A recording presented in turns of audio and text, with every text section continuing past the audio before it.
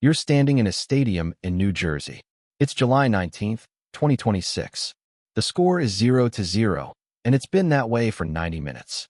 Nobody in that stadium is breathing normally, because on one side is Lionel Messi, chasing back-to-back titles. On the other is a Spanish team that hasn't lost in almost 4 years.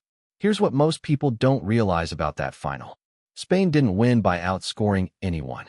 They won by refusing to let anyone score on them at all. Every previous World Cup winner in history conceded at least 2 goals somewhere along the way. Spain conceded exactly 1 across the entire tournament. So how do you actually stop Messi's Argentina? You start with Rodri, Spain's defensive midfielder, whose entire job is making sure the ball never reaches dangerous areas. In the final, he did exactly that. Messi barely touched the ball anywhere that mattered. 90 minutes go by, nothing. Argentina's goalkeeper, Emiliano Martinez, ends up making 11 saves, the most ever recorded in a men's World Cup final. Then extra time starts, and in the 106th minute, Ferran Torres finds space and buries it. 1-0. Spain doesn't concede it back. Spain becomes champions for the second time, 26 years after 2010. The two sides had met only once before at a World Cup, back in 1966, when Argentina won. 60 years later, Spain finally got their answer. But the real story is the road that got them there.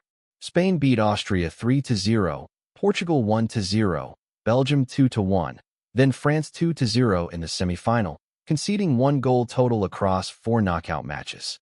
Argentina's road looked completely different. Cape Verde 3-2, Egypt 3-2, Switzerland 3-1. Then England in the semi-final, trailing with under 10 minutes left before Enzo Fernandez equalized, and Lautaro Martinez scored the winner in stoppage time, both assisted by Messi.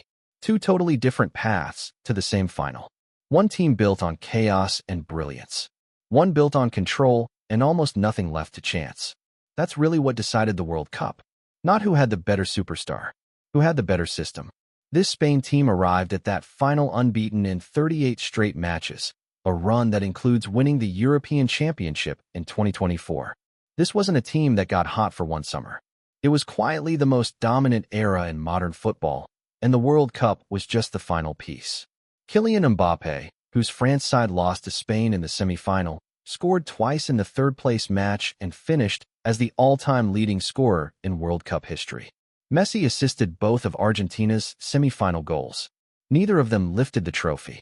So next time someone tells you a World Cup comes down to the best individual player, think about a goalkeeper making 11 saves and still losing. Think about a midfielder who won a final by making sure the other team's biggest star barely touched the ball. You walked in expecting a duel between legends.